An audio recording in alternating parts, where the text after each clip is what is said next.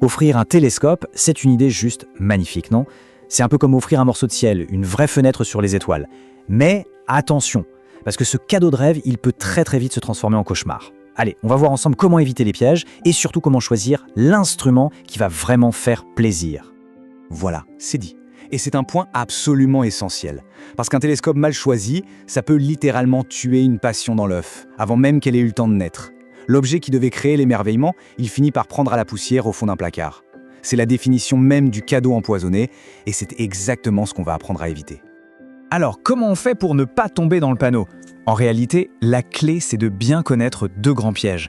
Une fois qu'on les a bien en tête, croyez-moi, le chemin pour trouver le télescope parfait devient tout de suite beaucoup plus simple.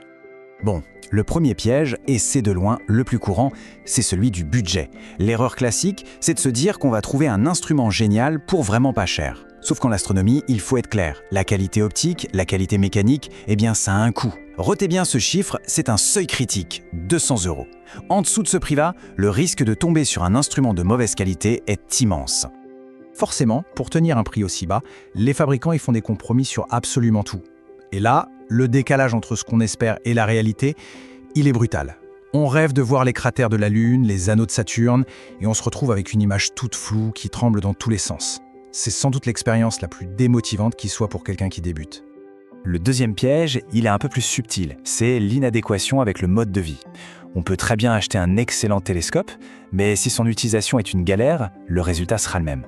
Imaginez un peu, offrir cet instrument magnifique, mais super lourd, à quelqu'un qui vit au 5e étage sans ascenseur.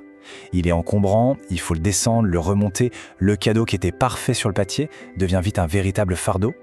Bon, on a vu les problèmes. Alors, comment on fait pour ne pas se tromper? Comment on trouve le bon? En fait, la solution, elle est bien plus simple qu'on ne le pense. Elle tient en une méthode basée sur quelques questions vraiment essentielles à se poser. Et ces questions, c'est un peu comme une boussole pour nous guider.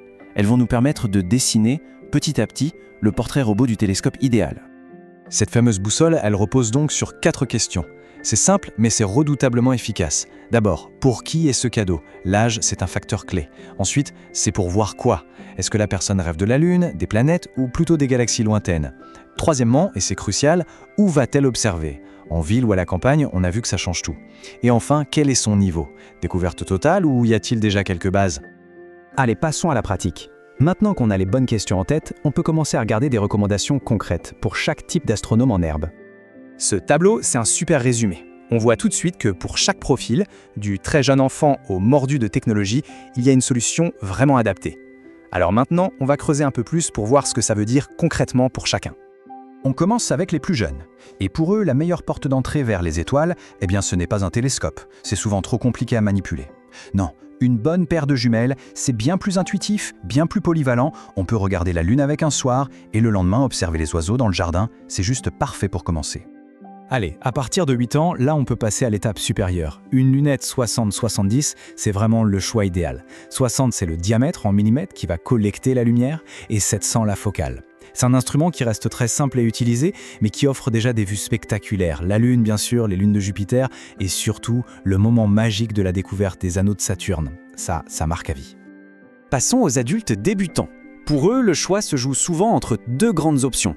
Et c'est là que notre troisième question, celle du lieu de vie, va agir comme un véritable juge de paix. C'est elle qui va tout décider. Alors, si la personne a la chance d'avoir une maison avec un jardin, le Dobson 200 sur 1200 est un choix absolument fantastique. On l'appelle un monstre de lumière, et c'est pas pour rien. Son grand miroir de 200 mm capte une quantité de détails incroyable, c'est l'idéal pour le ciel profond. En plus, sa monture est ultra simple. On le pose par terre, on pointe et on observe. C'est l'immersion totale. Mais si on vit en appartement, un instrument aussi imposant, c'est juste pas possible. Dans ce cas, on se tourne plutôt vers un télescope plus compact, comme un 150 sur 650, qui va offrir un excellent compromis entre performance et encombrement. Mais attention, au-delà de ces choix, on va dire classiques, il y a une nouvelle voie qui s'est ouverte ces dernières années. Une voie pour un profil bien particulier, les passionnés de technologie et ceux qui rêvent avant tout d'astrophotographie. En fait, aujourd'hui, on a vraiment deux écoles. D'un côté, il y a l'observation traditionnelle, l'œil collé à l'oculaire, pour une expérience intime, personnelle, immersive. Et de l'autre, il y a l'astronomie connectée, où le but du jeu, c'est de capturer des images spectaculaires pour les partager. Et c'est pile poil pour ce deuxième public qu'un télescope intelligent comme le Seestar S50 a été pensé. Et croyez-moi, ça change complètement la donne. Et voilà, on a vu les pièges à éviter, les bonnes questions à se poser. Il est temps de résumer tout ça, histoire d'être bien sûr de faire le bon choix, le plus simplement du monde. Donc, si on résume, pour les tout petits, on mise sur la simplicité des jumelles. Pour les enfants, à partir de 8 ans, on cherche la magie avec une lunette 70-700. Pour les adultes, c'est la puissance d'un Dobson 200 en maison ou l'équilibre d'un 150-650 en appartement. Et enfin, pour les fans de technologie, c'est l'automatisation et la photo avec le C-Star S50. Finalement, en se posant les bonnes questions, le choix devient beaucoup plus facile. Mais au fond, la question, elle va au-delà de l'objet lui-même. Il ne s'agit pas juste d'offrir un télescope, il s'agit d'offrir une invitation à la curiosité, à l'émerveillement. Et ça, c'est une expérience qui peut durer toute une vie.